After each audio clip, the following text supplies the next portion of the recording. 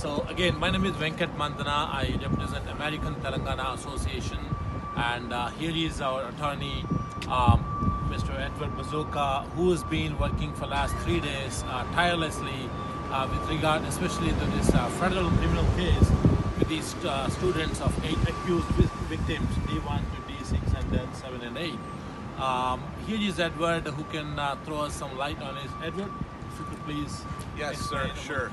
I'll start by thanking the American Telangana Association. They've done a really excellent job with coordinating the legal efforts for all of the students who are either in immigration custody and all of the 8 students who are criminally charged here in this case. The organization has really come together and done a lot to aid these young men in their time of need. So I think a lot of credit and thanks goes to this gentleman and also the other members of the organization. So with that said, today we had a brief hearing called the detention hearing in the criminal case. I am representing one of the individuals out of the 8 that are charged.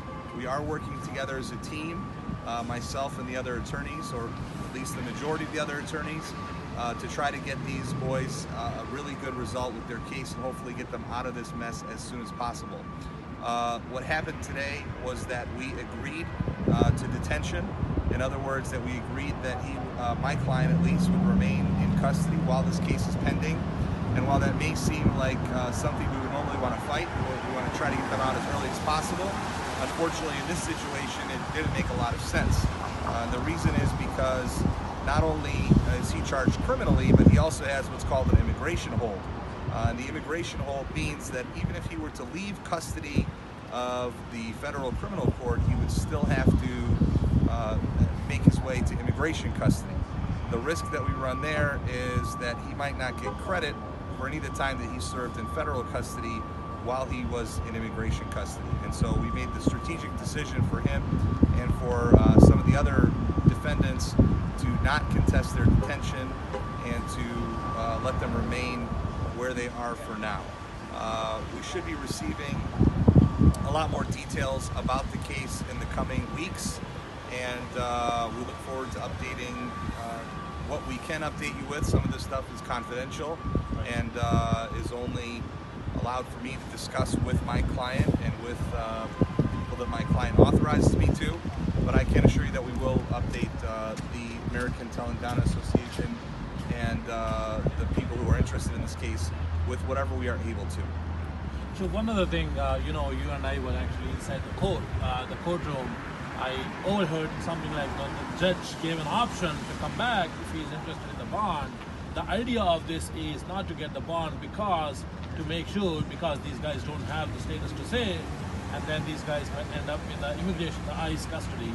And in case, God forbid, it doesn't happen, but for any reason, if these guys get any time of sentence, that means they will lose this period of stay if they stay in the ICE custody in the detention center. That's absolutely right. Whereas if they stay over here, let's say for example, if it is like, you know, they're sentenced for 6 months or 1 year, it starts from the day 1 as of today. Correct.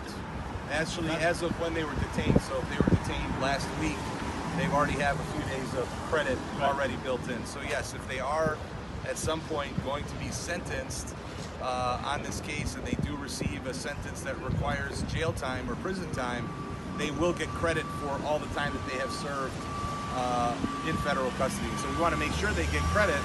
If they're moved to immigration custody, like I said earlier, there's a risk that they may not get that credit, and so we want to make sure they get that. Yeah, another thing, I was actually overhearing you interacting with a gentleman from the court side, the prosecutor, and he was saying something like, we have the discovery is going to start pretty soon, and then they have over a terabyte of data. That's right. There's a lot of data. The government is required to produce to us everything that they intend to use against them. So that includes any recordings that they might have, the phone calls, any emails, documentation. Ever since 2015 when this university started. That's so right. That means you have quite a bit of work to discover since 2015 till today. So we have 4 years of data to go. Right. That means over a terabyte of data that we have to analyze, to go over in the discovery, which might take a few weeks or it's going to take definitely longer than a few weeks. It's going to take a while to get through that, but we are working as quickly as we can, and we will continue to work as quickly as we can so that we can hopefully wrap this case up. I said we definitely have about 4 years of data, over a terabyte of data that we have to work with, to discover and analyze, and I'm assuming that you'll be meeting this gentleman in the cell.